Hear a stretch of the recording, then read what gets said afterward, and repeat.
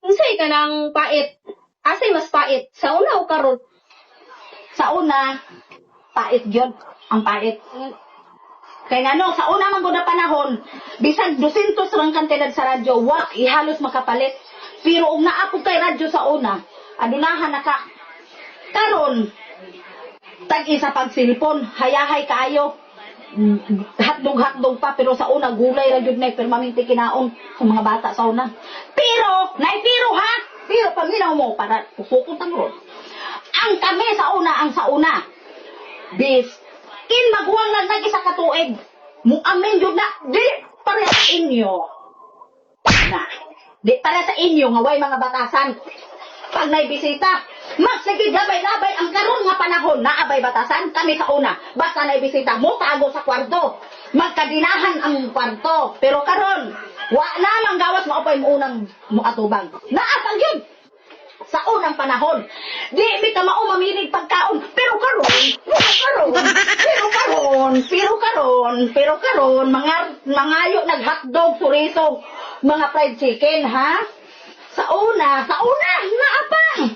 Sa una, dili may pwede makigtagbo og laki sa gawas kay ang laki mamiseta yun na dre sa balay mo atubang yun na formal di kurbata karsone sapatos tiktak murag bakukang nagsinaw. Pero karon paminaw mo ha pinaglagot ako.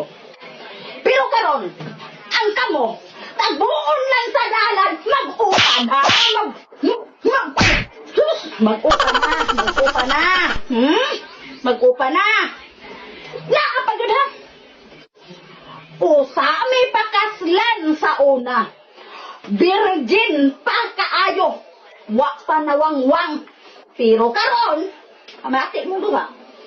Pero karon, pakaslan tuod.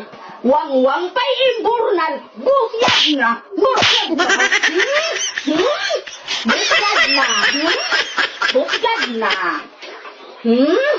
Ay kunin nyo ko ana mo nang ayaw din kunin nyo pangutan unsay sa una ug unsay karon. Kay kami sa una, napa di man guta maghuman nganong gibikil ninyo ning gamay na kong utok. Kami sa una. Kabalo na mi mulungag. Kabalo na mi mo laba. Kabalo mi mo limpyo. Naapa. Mugura pa mi sa uma. Di sir may makaeskwela, nanay pasaw ang baboy, nanay tubig, nanay binughang kahoy. Pero karon, bukog mo ba?